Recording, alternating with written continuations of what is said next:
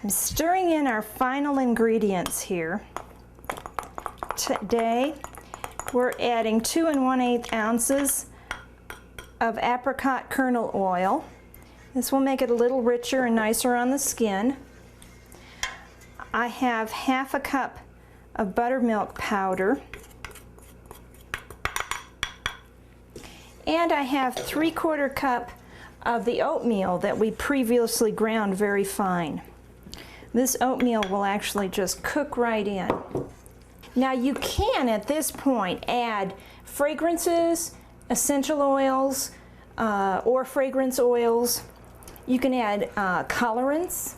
You can add herbs, flower petals, cinnamon, coffee, cornmeal. There's a lot of things that will make this soap uniquely yours.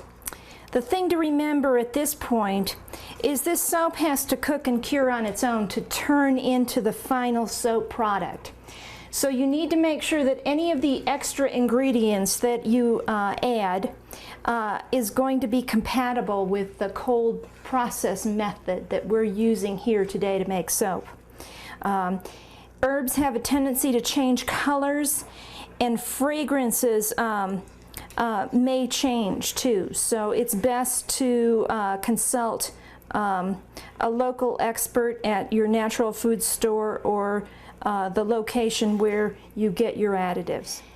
Today, instead of adding the final decorative ingredients, we're going to make a batch of basic soap, and after it's had a chance to dry a little bit, we're going to grate it up and hand mill it. By hand milling it, we get a little nicer product, a longer lasting product.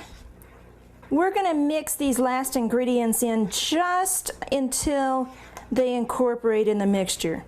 I've been stirring for, I don't know, a minute or so, and I got a couple little lumps left. And the minute those lumps go away, this will be ready to put in a mold.